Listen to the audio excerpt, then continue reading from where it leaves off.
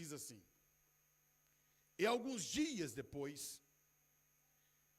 entrou outra vez em Cafarnaum, e soube-se que estava em casa.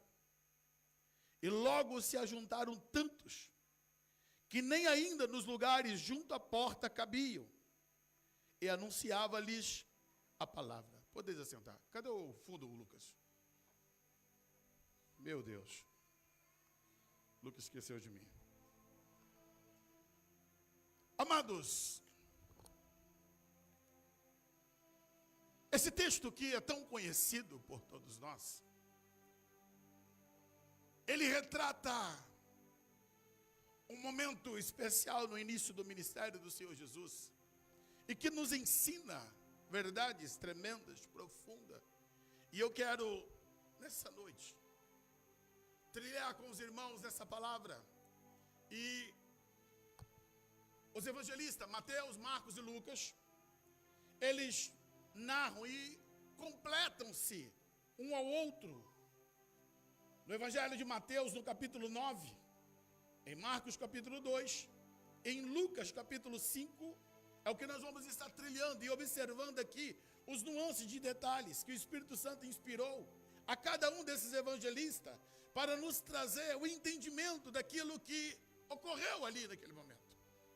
Nós temos 4 evangelistas que, usados pelo Senhor, pelo Espírito Santo, eles mostram facetas diferentes do mesmo milagre.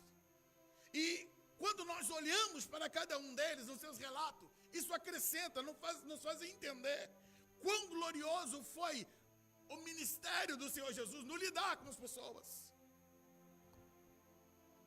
A Bíblia diz, no Evangelho de Lucas, no capítulo 5,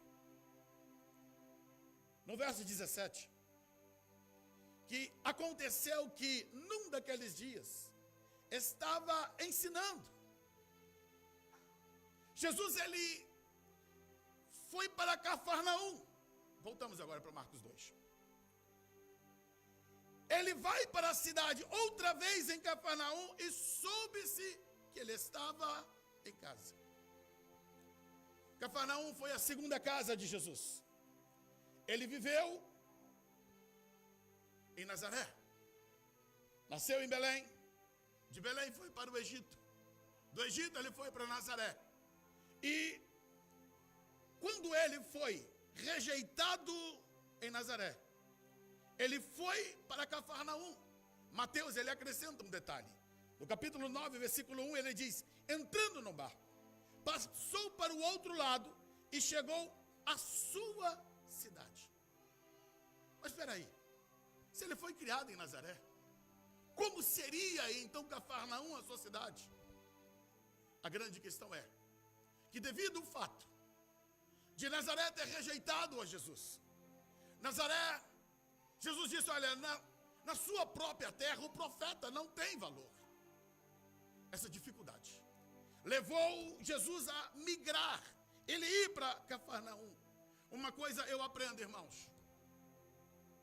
Deus não obriga ninguém a servi-lo.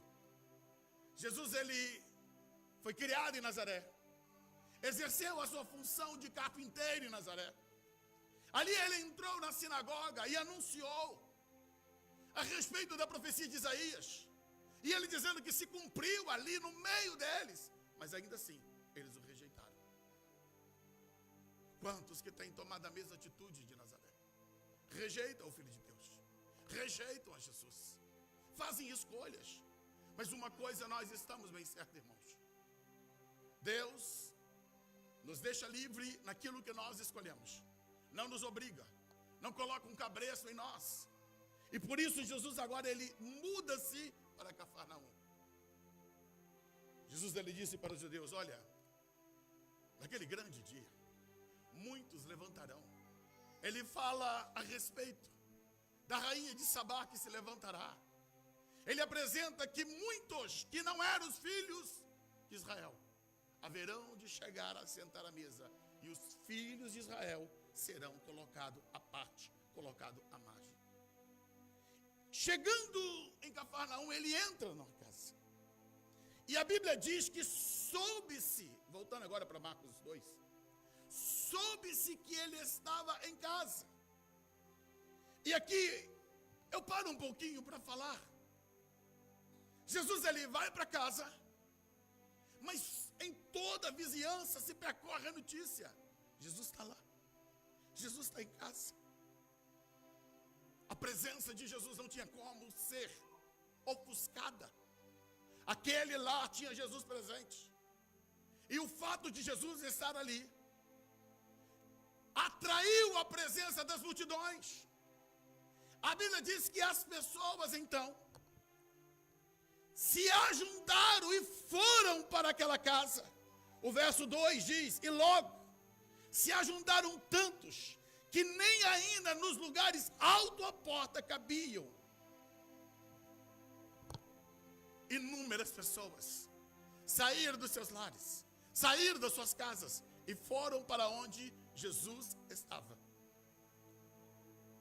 Irmãos, em um culto de domingo, onde eu tenho que mesclar aqui uma palavra para a igreja, uma palavra evangelística, mas também uma palavra de ensino, a minha pergunta para você é: como é a tua casa? Como é o teu lar? Que tipo de conversa que acontece dentro da tua casa? A tua casa é uma fonte de bênção ou é uma fonte de maldição? Por que as pessoas elas vão até a tua casa ou porque elas não vão até a tua casa? A Bíblia diz que essa casa, ela ficou cheia de pessoas. Pessoas desesperançadas, pessoas doentes, pessoas com cheios de problemas. Elas foram até ali porque entenderam que Jesus estava ali. Nós precisamos fazer dos nossos lares a referência. E eu digo aqui para os membros da igreja, por favor, em nome de Jesus, entenda o que eu quero te dizer. Maridos, sejam homens de Deus dentro da tua casa. Mulheres, sejam mulheres de Deus na sua casa. Filhos, sejam filhos de Deus dentro das suas casas. O mundo tem que olhar para o nosso lar, para o nosso modelo de família e ver: ali Jesus reina, ali Jesus habita. Eles são diferentes, eles vivem uma vida conforme a palavra. Não dá para viver uma vida de lar onde o lar se parece mais com um pedacinho de inferno do que com um pedacinho de céu. Eu já disse aqui e vou repetir. Uma certa feita havia uma família cristã, que tinha um péssimo testemunho. Só que eles tinham colocado um banner na porta da casa deles. Eles colocaram assim: esta casa pertence ao Senhor Jesus. Porém, todos os dias eram brigas, gritos, xingamentos, um testemunho insuportável. E aí então, aquela família viajou um fim de semana. E aí os vizinhos, o que fizeram? Resolveram pregar uma peça para aquela família. Retiraram o banner e colocaram outro. Ou melhor, deixaram o banner e colocaram um por baixo. E quando a família chegou, foram surpreendidos, porque estava lá escrito: essa casa pertence ao Senhor Jesus. Mas embaixo assim colocaram: mas está alugada para o diabo. Qual é o seu testemunho? Como é que seus colegas te veem como um pai, como um marido? As suas palavras honram a tua casa, honra a Deus.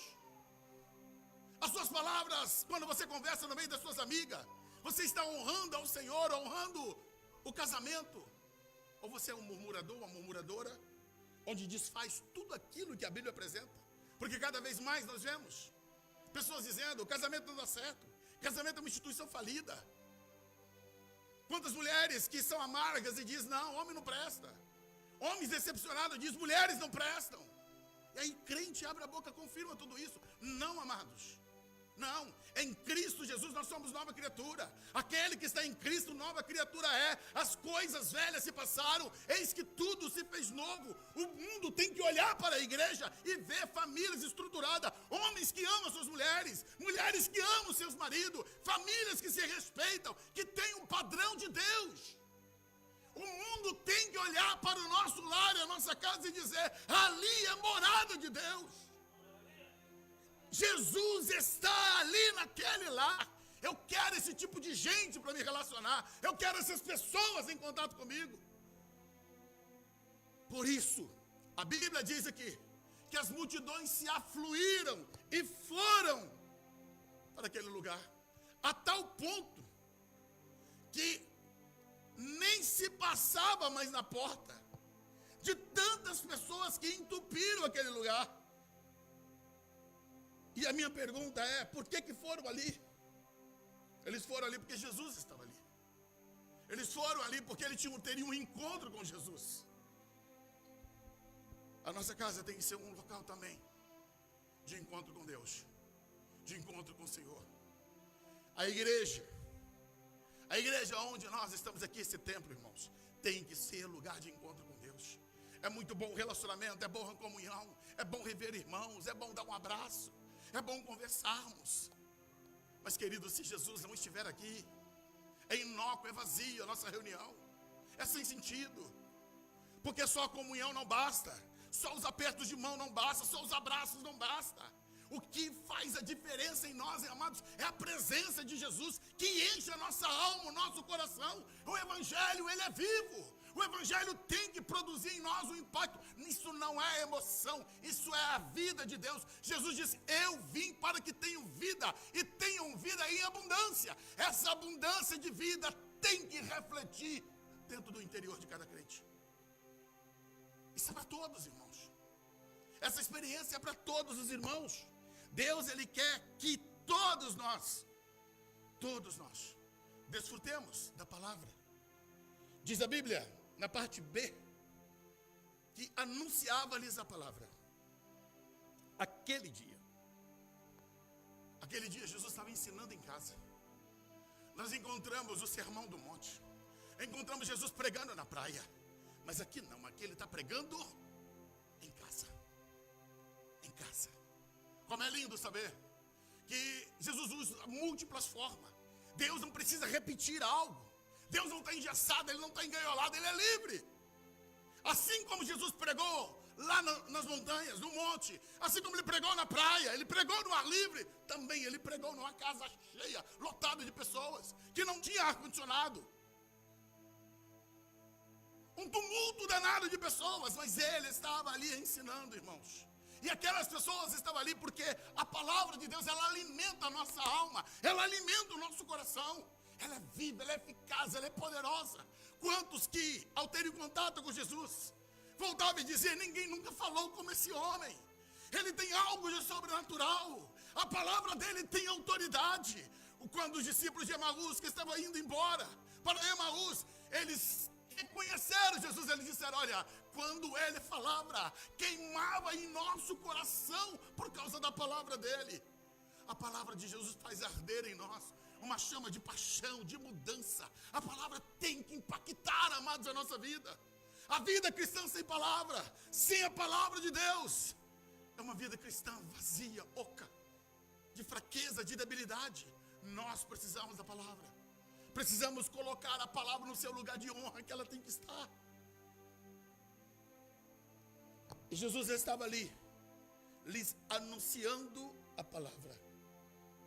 O evangelista Lucas, no capítulo 5, verso 17, diz que aconteceu que, num daqueles dias, estava ensinando, e estavam ali assentados fariseus, doutores da lei, que tinham vindo de todas as aldeias da Galileia, da Judéia, de Jerusalém, e a virtude do Senhor estava com ele para curar. Quando olhamos para esse versículo, Lucas agora, ele como médico, ele está dizendo que sobre Jesus havia uma unção, um poder de cura sobre ele. Mas até então, até esse momento, ele está ensinando. Lucas está dizendo, olha, ele estava ensinando. E quem é que estava sentado à frente dele? Fariseus e doutores da lei. Eles tinham vindo de todas as aldeias. Jesus tem um público cativo. Olha, aldeias da Galileia, da Judéia, de Jerusalém. Ali estavam pessoas que conheciam a lei. E algumas delas não estavam ali para aprender a lei, para aprender de Jesus. Elas estavam ali para procurar erro, para procurar defeito. Entenda, assentaram-se frente a frente com Jesus. Estavam ouvindo os ensinos de Jesus. Mas o coração deles não estava aberto. E aqui entra, irmãos, uma aplicação para nós. A coisa mais terrível que existe é nós termos o contato com a palavra. você ter a palavra de Deus na tua casa. Você pode ter 50, 100, quantas você quiser. Eu te digo, irmãos, nós conhecedores da palavra, se você perder a tua salvação, que drástico será a tua eternidade. Você lembrar, eu tinha a Bíblia, eu fui exortado para ler, eu li algumas vezes, mas eu não coloquei ela no meu coração, eu não deixei a palavra germinar em mim. Que tragédia que será para aqueles que se perderem, tendo acesso à palavra, e não mudar, e não deixar a palavra afetar as suas vidas. É trágico pensar em muitos que estão diante da palavra, mas não estão dispostos a mudar o seu coração, não estão dispostos a mudar as suas vidas, a vivenciar o novo de Deus. Mas Jesus fazia o papel dele. O papel dele era ensinar. O papel dele era confrontar. E isso ele estava ali fazendo. Então o verso 3 de Marcos 2 diz: e vieram ter com ele, conduzido um paralítico, trazido por 4. Aqui iniciamos então, amados, esse personagem que vai mudar a história daquele dia. Um homem que a Bíblia diz que ele era paralítico. O corpo dele sofreu uma paralisia. Algo não funcionava mais. Suas pernas, seus braços. Ele perdeu seus movimentos. A Bíblia não diz quanto tempo que ele esteve paralítico. Mas eu fico aqui a pensar e conjecturar com você. Algum momento da vida dele ele começou a perder os movimentos. Em algum momento da vida dele as coisas começaram a dar errado. E quando ele se apercebeu, ele já não conseguia mais andar. Ele não conseguia cumprir algumas tarefas dele. Porque ele se tornou alguém paralítico. Ficou paralisado. E eu quero nessa noite, já desde já, aplicar essa palavra aqui para nós, irmãos. Quantas pessoas que começam bem na fé, entendem que precisam caminhar, entendem que precisam viver uma vida com Deus. Todavia, elas passam então a deixarem de caminhar, deixam de fazer a obra, deixam de cumprir o papel delas, e vão se paralisando, vão se atrofiando. O paralítico é alguém que tem seus membros atrofiados, seus músculos não reagem, o seu corpo não obedece. E quantas pessoas que hoje estão dentro da igreja, que hoje têm o nome, o título de cristão, mas são paralíticos, não andam, não caminham, não crescem, não desenvolvem, estão totalmente paralisados. A Bíblia não diz qual é o nome desse homem, não fala a sua profissão, não diz qual é a sua condição social, mas eu posso dizer que esse homem estava sem expectativa, não havia cura para a paralisia, ele estava fadado ao fracasso e morrer diante dessa paralisia. Não havia para ele nenhuma esperança de algo que pudesse ser feito. Até que então, esse homem ouviu falar de Jesus.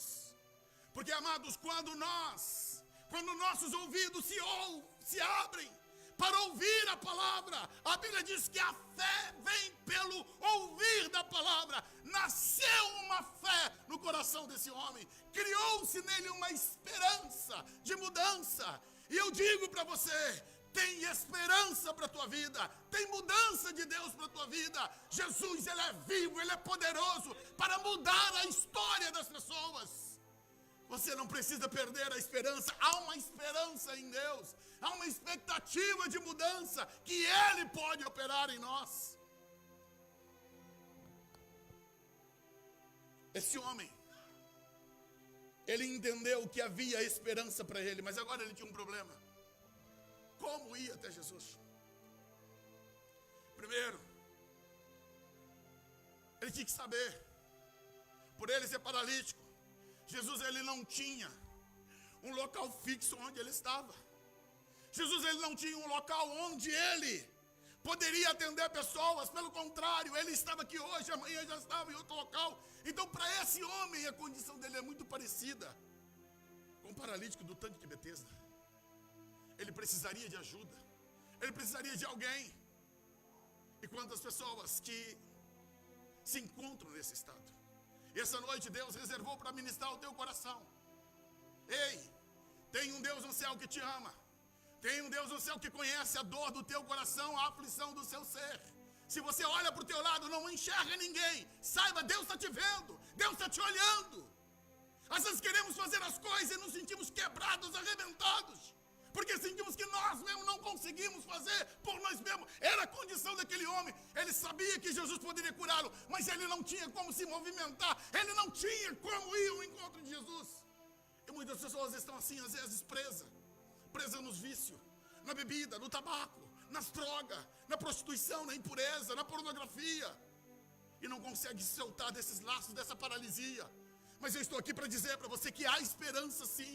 Há um Cristo que te liberta, que te transforma. Há um Cristo que tem o poder de mudar completamente a tua vida e te libertar dessa paralisia.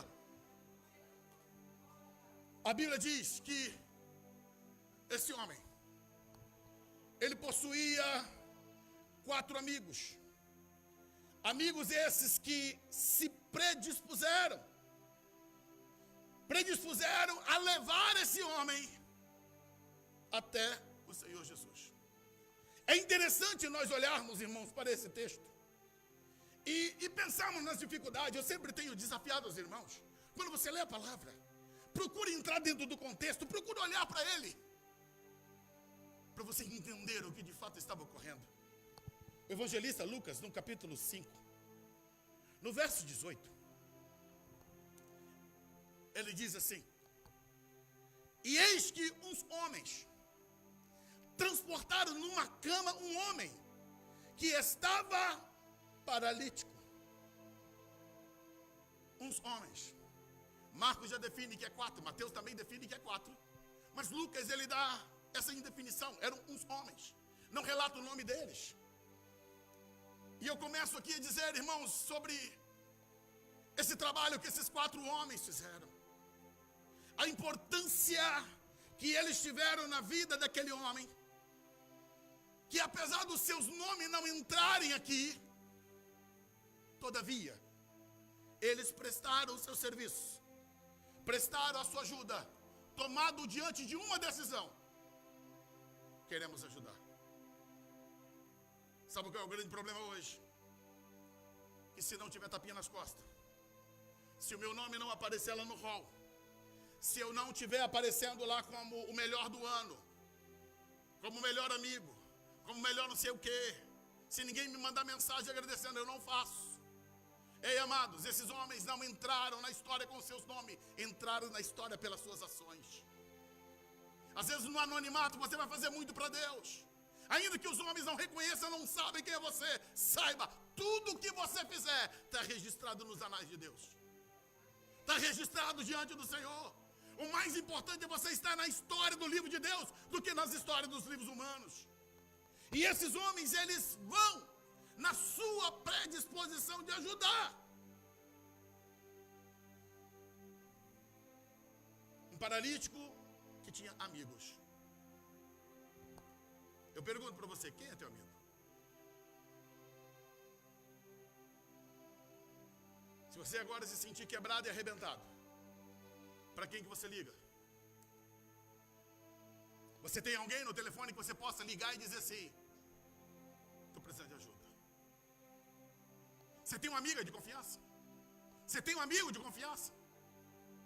Infelizmente a nossa geração está formando muitos colegas, mas quase nada de amigos. Sabe por quê? Porque a formação de caráter está mal, irmãos. Porque as pessoas se vendem com muita facilidade, vendem as outras. Se é amigo hoje, tem tapinha nas costas e está tudo ok. Mas se amanhã já não é mais amigo, expõe todas as coisas. Se coloca até fatos que não são verdadeiros.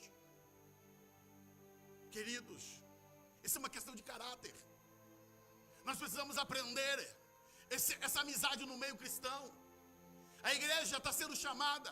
Você tem que ser amigo. Jesus, ele disse para seus discípulos: eu não vos chamo mais servo, mas vos chamo amigos. Nós não podemos andar segundo o curso do mundo, em um mundo em que pela qual vale a pena apenas aquilo que me dá retorno. Se não me der retorno, não estou junto mais. Se não for para mim, então não serve. Esse homem tem 4 amigos e ele é paralítico. Ele tem quase nada para oferecer. É ele que depende dos amigos, mas esses amigos estão ali com ele. Seja amigo. Seja aquele que oferece a sua amizade, não por aquilo que essa amizade vai trazer, mas por aquilo que você tem a oferecer. Seja você que ofereça. Não espere nada em troca. Sirva. Jesus, ele disse, porque o Filho do Homem, ele veio para servir e não para ser servido, e dar a sua vida em resgate de muitos. Esse cristianismo precisa entrar na veia do cristão. Nós precisamos aprender o que é ser servo, irmãos. Precisamos aprender sobre a amizade. Esse homem tinha verdadeiros amigos. Amigos que somaram com ele na hora difícil, no seu momento de paralisia. E eu pontuo aqui, esses homens, eles decidiram, deixa lá no 2, eles decidiram levar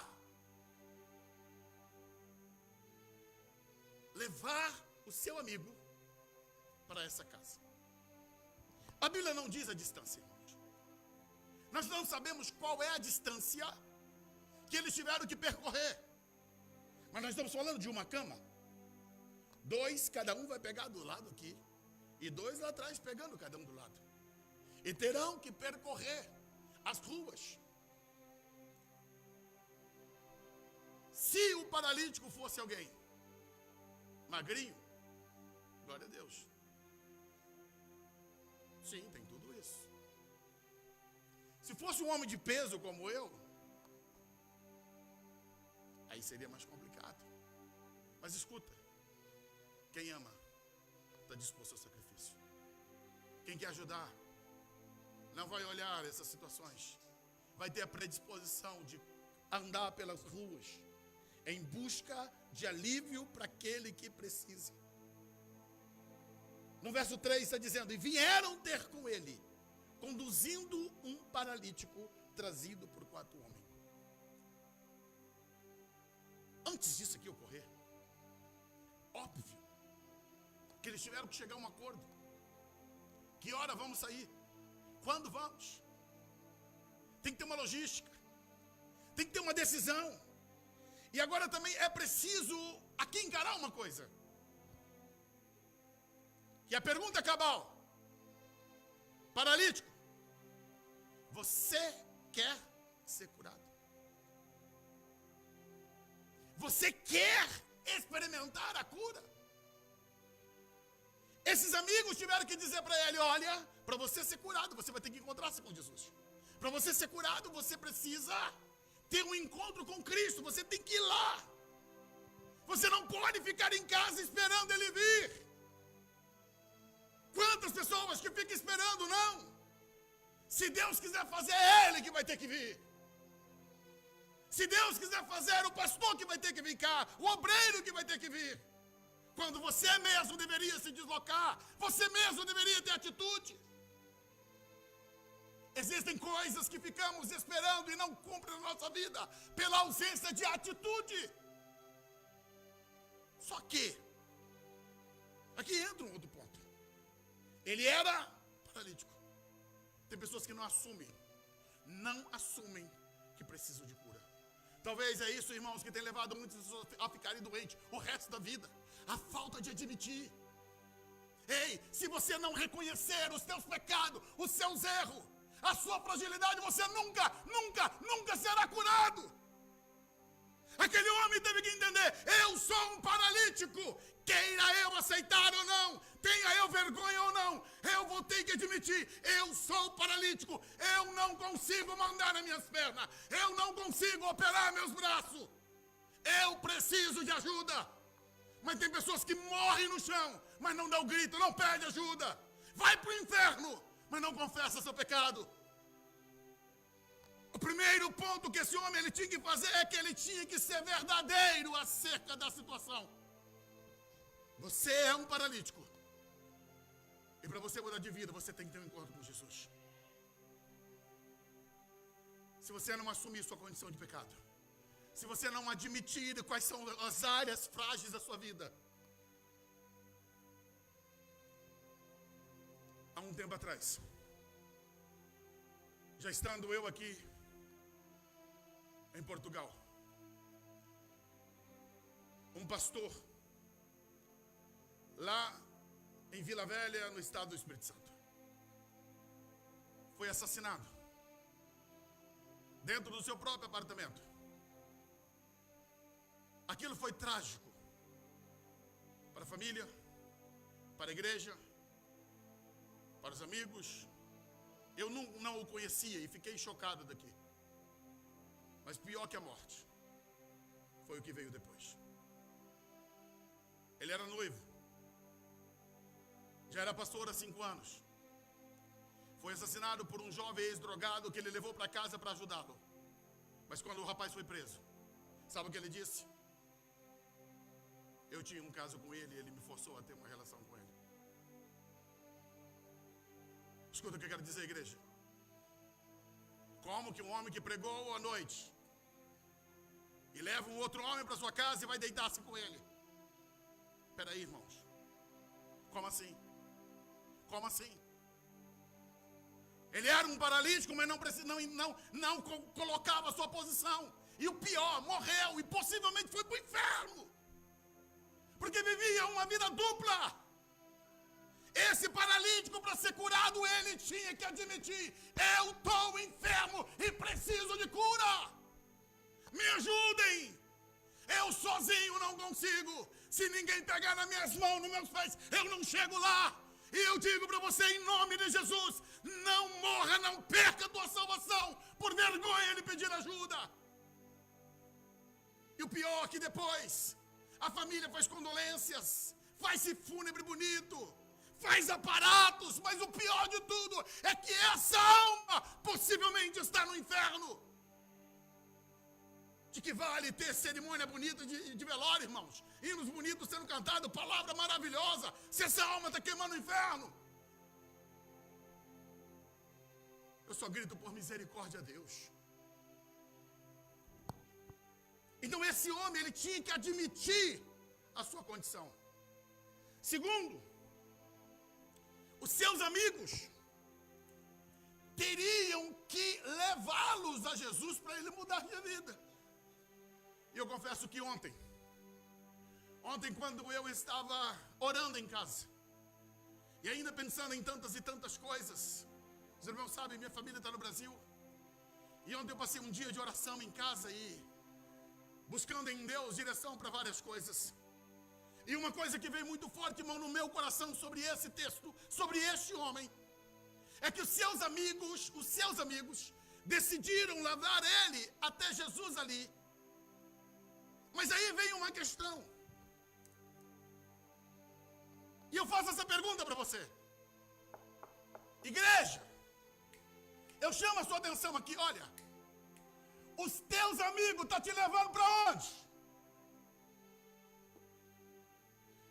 As tuas amizades estão te levando para onde? Evangelho de Lucas, capítulo 16. A Bíblia fala de um homem rico. A Bíblia diz que esse homem vestia de traje fino, comia de especiarias. Um homem que tinha riqueza, sua casa sempre lotada, cheia de gente. Era festa, todo dia. Mas o final da vida desse homem é onde? No inferno. Cercado de amigos. É um judeu, mas perdeu a eternidade. Porque os seus amigos que estavam junto dele não disseram para ele: olha, vamos parar com essa farra, vamos parar com essas coisas, vamos parar com essas bebedices, vamos parar com essas orgias. Ei, homem, vamos fazer o seguinte, vamos buscar a Deus, vamos buscar o Senhor. está na hora de mudar, mas não teve um amigo para dizer, chega, basta. Mas depois, no dia do velório dele, estava todo mundo dizendo, olha que grande homem, que fantástico, que fabuloso. De que adianta você ter aplauso dos seus amigos? De que adianta você ter tapinha nas costas e dizer que está tudo bem? Lembre-se, quando você estiver com Deus, é você e Deus e você. Ninguém estará lá para te defender. Ninguém. É só você e o Senhor. A situação de esse homem aqui, paralítico, é que ele teve amigos que levaram ele para ter um encontro com Jesus. Mas quantas amizades que têm sido tóxicas, irmãos. Do mundo, Jesus disse, olha, para você não ter contato, só se Deus te tirar do mundo. O que você precisa ter é filtro, peneira. Meus ouvidos, eles não são obrigados a ter tudo aquilo que a pessoa quiser jogar. Eu tenho que ter um filtro. Eu tenho que ter uma peneira. Eu não posso deixar que as pessoas joguem para dentro de mim o que elas querem. Por isso o salmista diz, bem-aventurado o varão que não anda segundo o conselho dos ímpios. Não se detém no caminho dos pecadores. Não se assenta na roda dos escarnecedores. Ei, como é que você vai rir de piadas indecentes? Pastor, é só uma piada. Que piada, irmão? Para com isso. Converte os teus ouvidos. Como é que você vai contar uma anedota? Você vai contar uma piada cheia de pornografia. Não. Você tem que ter um testemunho de Deus na tua vida. E as pessoas estão hoje caminhando em meio a esse ciclo tóxico. E vão se intoxicando. Vão comendo essas coisas. Aí está frio na oração, está frio com Deus, não consegue orar, não consegue buscar o Senhor. E pergunta, não sei porquê, como que não sabe? Você está jogando água no fogo, você está apagando o fogo de Deus dentro de você. Como você vai estar a chama acesa aí, se você não coloca lenha? Você está jogando água na fogueira de Deus. Mas além dessas coisas dos ímpios, irmãos, nós temos uma outra coisa tóxica. Murmuração. Pela murmuração, Deus exterminou boa parte do povo de Israel, porque eram murmuradores. Murmuraram por causa da água, murmuraram por causa do maná, murmuraram por causa do sacerdócio de Arão, murmuraram por causa da liderança de Moisés. Cuidado com aqueles que estão murmurando ao teu lado. Cuidado quando seus amigos são essa toxicidade, esse envenenamento que vai jogando para dentro de você e vai te envenenando a alma, o coração. Lança fora, irmãos. Você não está casado com amigos. Com o casamento a gente tem um compromisso que até a morte nos separe. Mas com amizade, até que os valores nos separem. Se os teus valores não são os meus, desculpa, não posso caminhar contigo. Se os teus valores não correspondem com os valores da palavra, não dá para caminhar com você. Eu não quero caminhar com quem não tem caminha e não comunga da mesma fé. Eu não quero me intoxicar com o veneno dos outros. Eu quero o céu, irmãos. Eu quero o céu. Aqueles homens, para terminar essa parte, decidiram fazer uma viagem. E como eu disse, lógico, isso vai dar trabalho. Mas é preciso começar. Era preciso que alguém dissesse, vamos. Qual é o problema hoje? Vamos. Amanhã. Depois a gente resolve. Depois a gente faz. Sempre há um adiamento. Sempre há uma procrastinação. A tendência humana, irmãos, é que sempre vamos jogar para mais tarde. Vamos achar que depois teremos tempo. Depois consertamos, depois fazemos, depois. E o problema é que esse depois não chega. E quando você olha, já passaram coisas que eram para ser resolvidas em uma semana. Já se passou meses, anos. E você não resolveu, porque você apenas está adiando. Mas dá trabalho, pastor, carregar um homem. Meu Deus do céu. Não é para carregar 10 metros. Talvez quilômetros. Mas entenda, se você não der o primeiro passo, você nunca vai chegar. Tem uma frase que, não sei se está correta, Mas às vezes o Marlon fala lá, né? E aí está acabando, e ele responde assim, já faltou mais. É isso, Marlon? Já faltou mais. Quando você começa a caminhar, 10 passos que você deu, epa, já faltou mais, porque pelo menos 10 passos você já deu. Você precisa tomar atitude. Se você quer mudança de vida, você tem que tomar a postura. Eu vou me encontrar com Jesus. Sacode o jugo. Joga para fora as coisas e diga, eu vou e acabou. Ninguém me segura.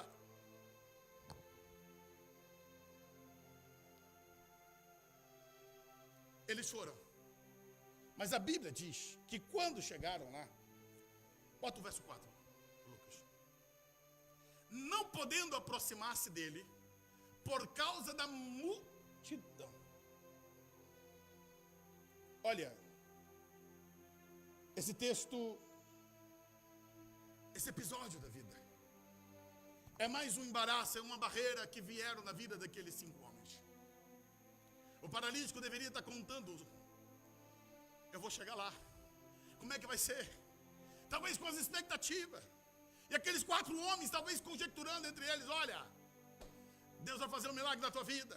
Vai acontecer isso. Olha, eu ouvi falar de alguém que foi curado, de um leproso, alguém que foi liberto. Sim, era essa a conversa. Mas porém, quando eles chegaram lá na casa, quando eles se aproximaram, eles perceberam que tinha uma multidão. Entre eles e Jesus tinha uma multidão. Tem uma barreira, tem um obstáculo. Não dá para passar, não dá para seguir.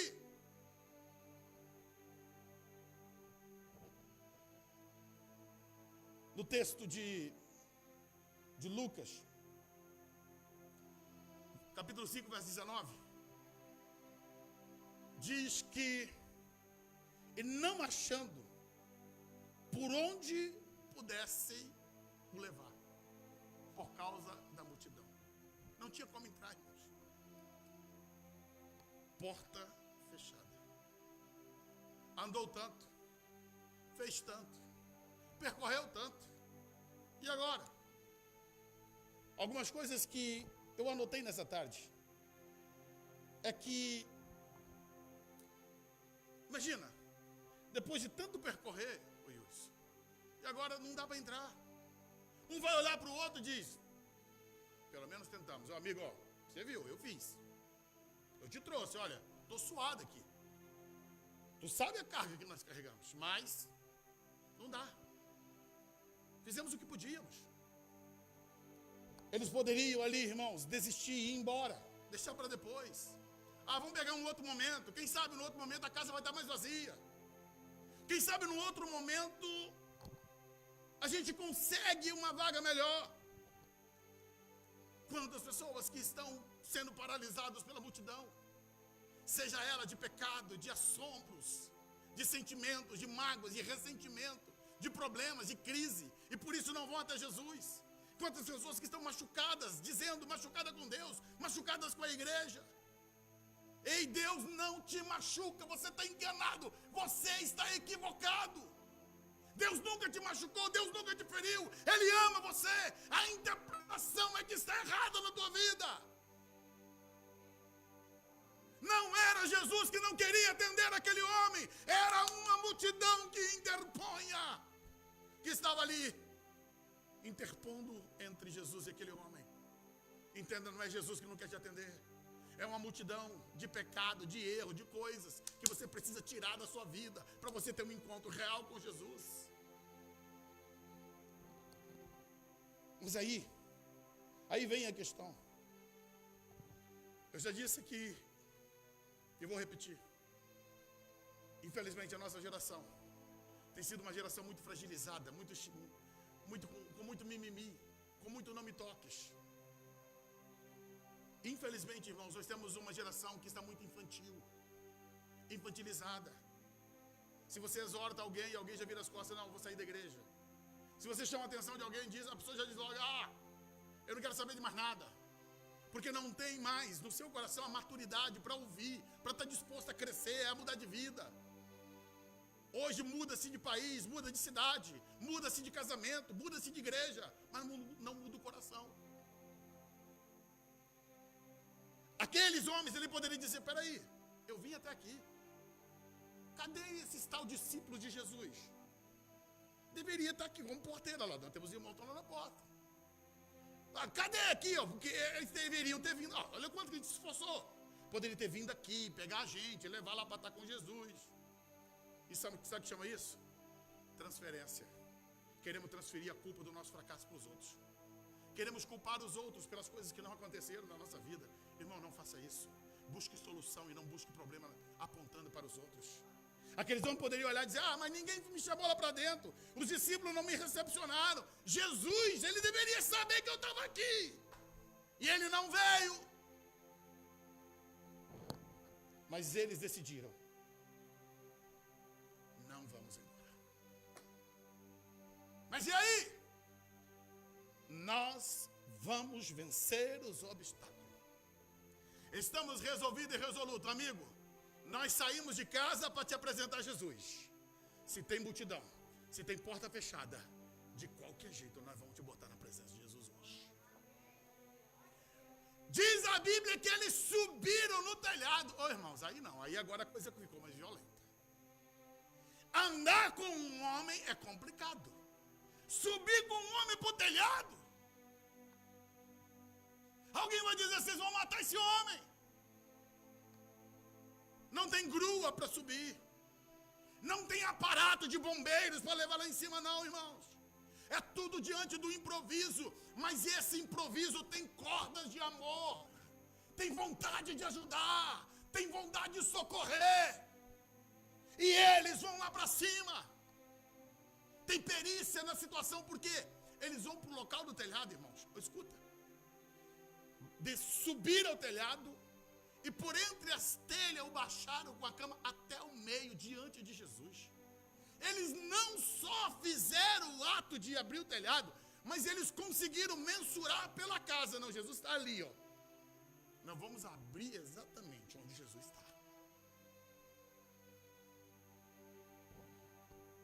Dá trabalho? Sim, mas vale a pena. A Bíblia diz aqui que eles então descobriram o telhado. Só que tem uma coisa, irmãos. Em toda a Bíblia, no Novo Testamento, me diga um texto que alguém descobriu o telhado para experimentar milagre. Tem? Tem? Mas por que fizeram? Fizeram porque estavam dispostos a amar e viver o milagre. Talvez você tenha que fazer diferente. Se eu tenho que experimentar a mudança, não importa se ninguém fez, eu vou correr atrás. Eu vou correr atrás, eu vou fazer o que tiver que fazer.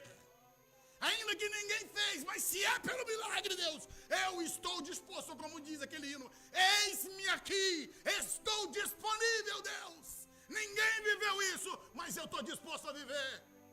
Dá trabalho arrancar telhado, dá trabalho furar ali aquela laje de barro. Dá trabalho arranjar corda, porque tem que ter sincronismo. Os 4 tem que descer as cordas do mesmo tempo, irmão, porque se 2 vacila, o homem não desce, o homem cai. Trabalho coordenado. Isso que é a igreja, irmãos. Cada um de nós segurando uma ponta da corda. Nós vamos levar pecadores na presença de Deus. Por isso eu te digo, igreja, não solta a corda, não afrouxa a corda. Não seja lento, trabalhe ao mesmo tempo. Esse trabalho é conjunto. Os 4 têm que descer ao mesmo tempo. Ninguém pode atrasar, também ninguém pode correr. Tem que ser sincronizado para não matar o paralítico. Isso chama sincronismo da igreja. Um ora, o outro prega, o outro jejua, o outro adora. E é assim, amados, junto, nós vamos fazer a obra de Deus. Mas é todos juntos, é sincronizados em Deus, para agradar ao Senhor, para cumprir o propósito dEle. E juntos nós vamos fazer a obra, nós vamos cumprir o propósito. Eles colocaram o paralítico diante de Jesus. Lá no meio. Ali estava agora aquele homem diante do próprio Cristo.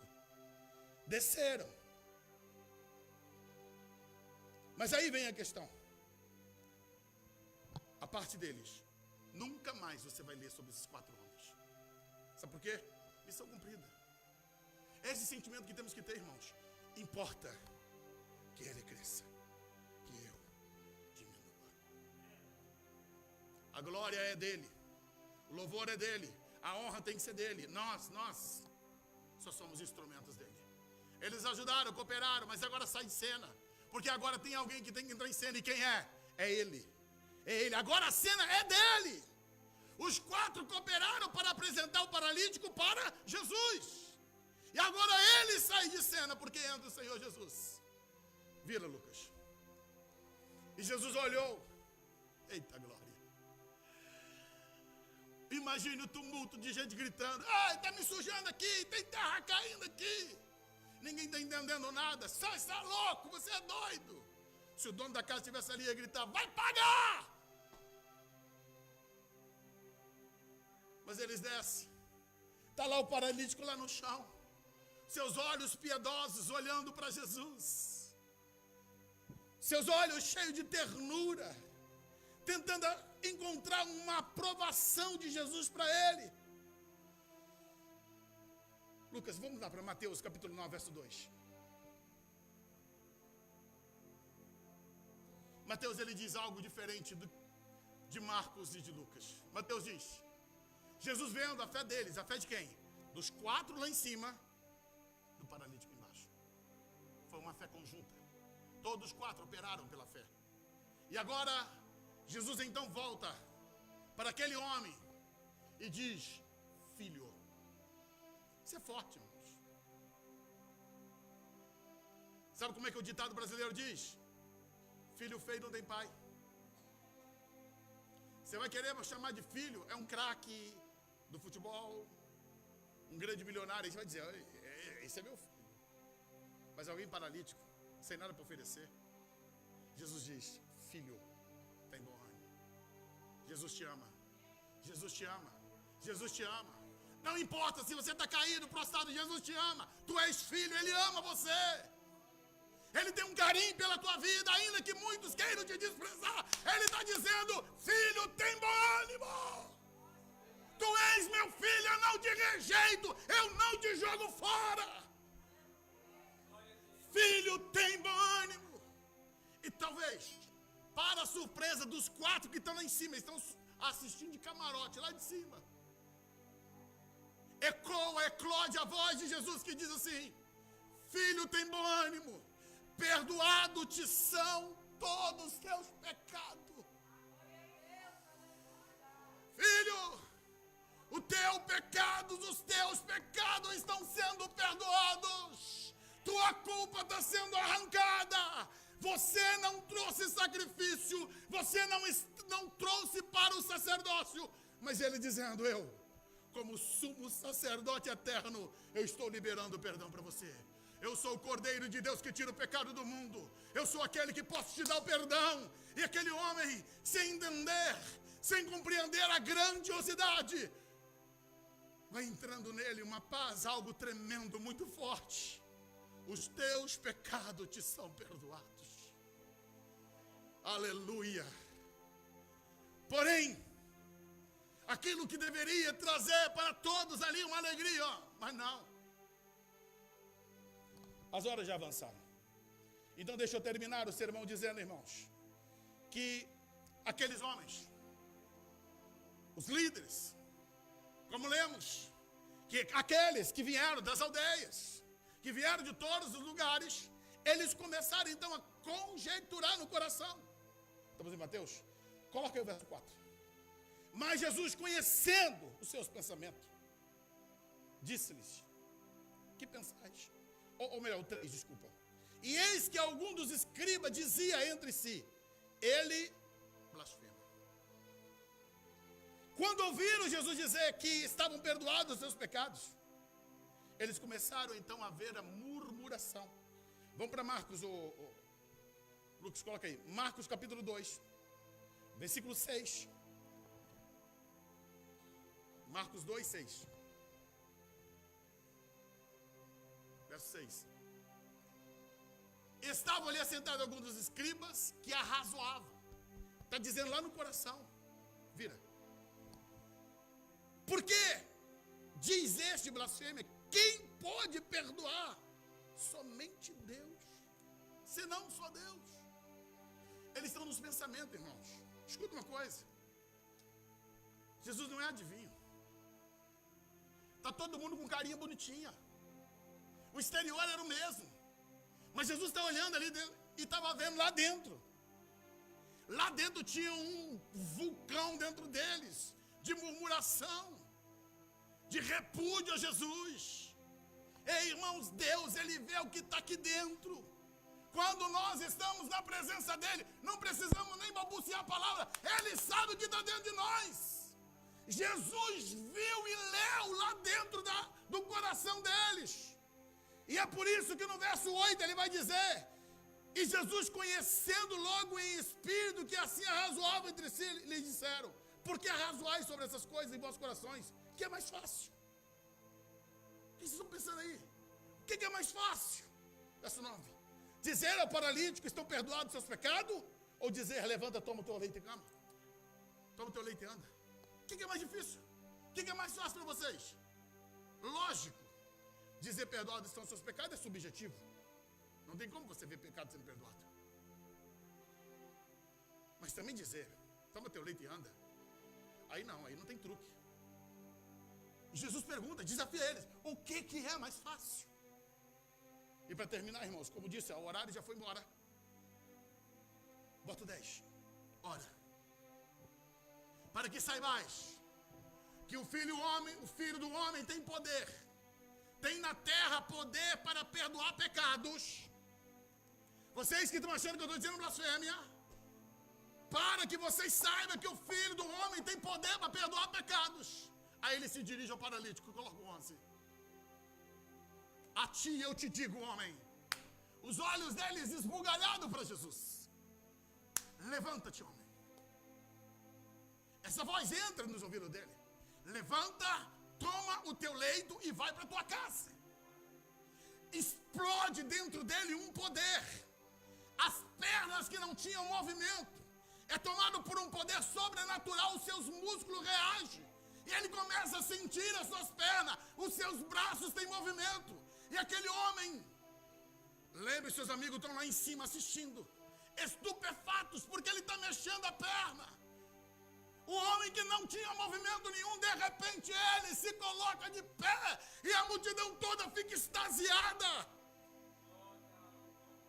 E não apenas de pé, ele se abaixa, passa a mão no leito dele, coloca nas costas e vai embora.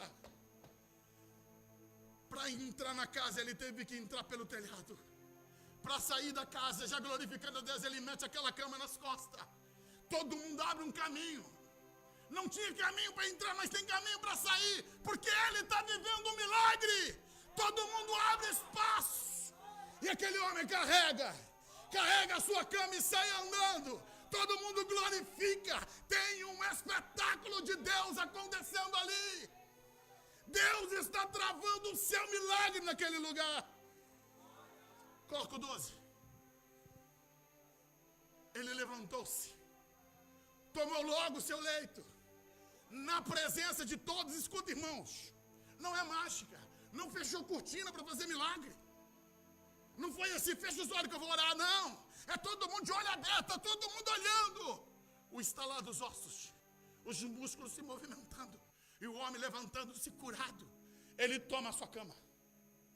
Todos ficaram admirados, glorificaram a Deus, dizendo: nunca tal vimos. Nós nunca vimos isso. Porque hoje era o dia do milagre. Hoje era o dia em que pela qual, agora imagina, irmãos, aquele homem saindo com a cama para fora. Tem agora uma glória de Deus naquela casa. Os seus amigos descendo, quase caindo do telhado, correndo para abraçar ele e dizer: nós sabíamos que você ia conseguir. Nós sabíamos que você ia ser curado. Agora nós vamos voltar para casa. Vai ter churrasco, vai ter festa, porque você está curado. Você experimentou o milagre de Deus. Se coloque de pé. Lavanda rebachore candarabacharamanais. E eu termino dizendo, irmãos, agora aquele homem, ele sai pela rua com aquela cama nas costas. E você vai perguntar, mas pastor, por que ele está carregando a cama? Porque a cama é o sinal para dizer para todos, olha, vocês me viram passar por esse trajeto sendo carregado pela cama, mas eu agora estou voltando com ela nas costas, porque Jesus me curou. Esse era o meu passado. Hoje eu sou um homem livre, livre da paralisia, livre. Eu tenho um testemunho. Essa cama é o meu antes. Essa cama era a minha prisão, mas eu estou liberto. Eu estou aqui mostrando o sinal do meu milagre. Deus fez um milagre na minha vida. Por onde ele andava, por onde ele passava com aquela cama nas costas, as pessoas tinham que dizer, olha o ex-paralítico, olha o ex-paralítico. A cama não tem que carregá-lo mais, é ele que carrega a cama. Feche os seus olhos. Eu quero perguntar nessa noite, se tem alguém que adentrou as portas desse templo, que ainda não entregou a vida para Jesus, que está como esse paralítico. Você até quer, você quer Jesus, você quer mudar a vida, mas você não consegue.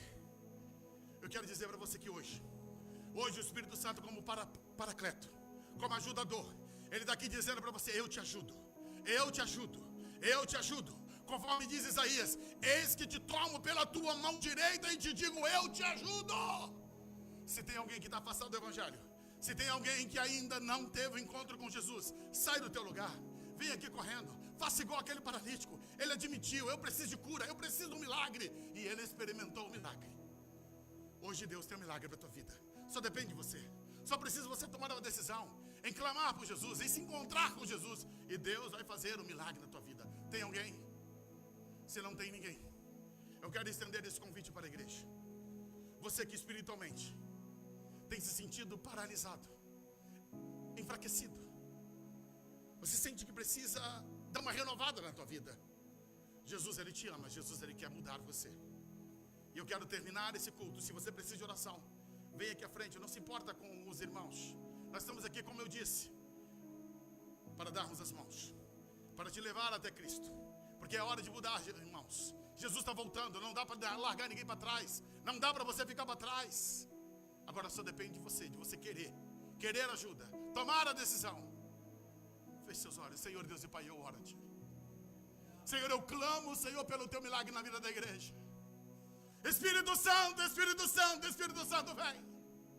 Vem, Espírito Santo, e sopra, sopra, sopra, sopra nesse lugar. Traga vida, resgata, restaura. Começa algo novo, Deus. Rakandeleia, anchova, lavasurimi, andarraia, xergia. Toca, Deus, toca no coração do teu povo, toca no coração da tua igreja. Eu quero profetizar a mudança, a transformação. Eu creio, Deus, que o Senhor continua sendo o mesmo, o Deus que cura, o Deus que liberta, o Deus que transforma, o Deus que muda a história. Toca nessa família, toca nesse homem, nesta mulher, e muda, Senhor, pelo poder do teu nome, pelo poder do teu nome, pelo poder do teu nome, pelo poder do teu nome, Jesus. Ei, Xirandaragassuremandaraia.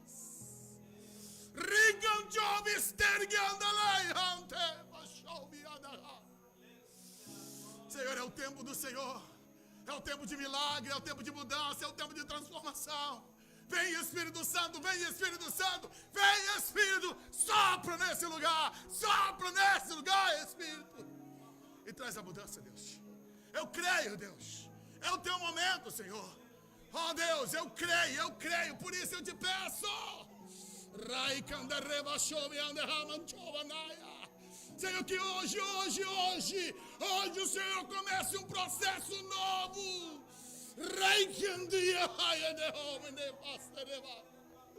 Eu creio, Deus, eu creio, Senhor. É o teu momento, Deus. Vem, Espírito, é o Senhor que faz, é o Senhor que opera. E a tua palavra diz que operando o Senhor, ninguém pode impedir o teu agir, o teu mover. Assim oramos, Deus, crendo, confiando, no nome de Jesus. No nome de Jesus. Deus abençoe. Glória a Deus. Deus abençoe. Deus abençoe, meu filho. Permaneça com teus olhos fechados. Ó Deus, eu oro, Senhor, por aqueles que assistem, Senhor, através das redes sociais. Visita este homem e esta mulher, ó Deus. Não importa onde esteja, seja no leito do hospital, seja na casa, no carro, onde estiver. Nós queremos, como igreja, liberar uma palavra, Senhor. Uma palavra de mudança, de transformação. Toca agora nessa vida, Deus. Senhor, muda a história dessa pessoa, Senhor. Essa pessoa que se sente mal de estar sozinha, isolada. Mas o Senhor é o Deus que chama de filho, de filha. Tu és aquele que toma pelas tuas mãos, Senhor, e molda esse vaso, transformando e mudando a história. Eu profetizo a mudança, a transformação, pelo poder que há no nome de Jesus. Assim, Deus, nós tomamos posse de tudo aquilo que o Senhor liberou para nós. Despede o teu povo debaixo da bênção. Cumpre em nós todo o teu propósito e teu querer. Assim oramos, Deus, no nome do Senhor Jesus. Estenda as tuas mãos. Que o grande e eterno amor de Deus, que a graça infinita do nosso Senhor e Salvador Jesus Cristo, e que as doces consolações do Espírito Santo permaneça sobre toda a igreja do Senhor, desde agora e para todos sempre. Todos digam comigo amém. Deus os abençoe, queridos. Vá em paz, vá na bênção. Desfrute do melhor de Deus, porque Deus tem o melhor para a tua vida.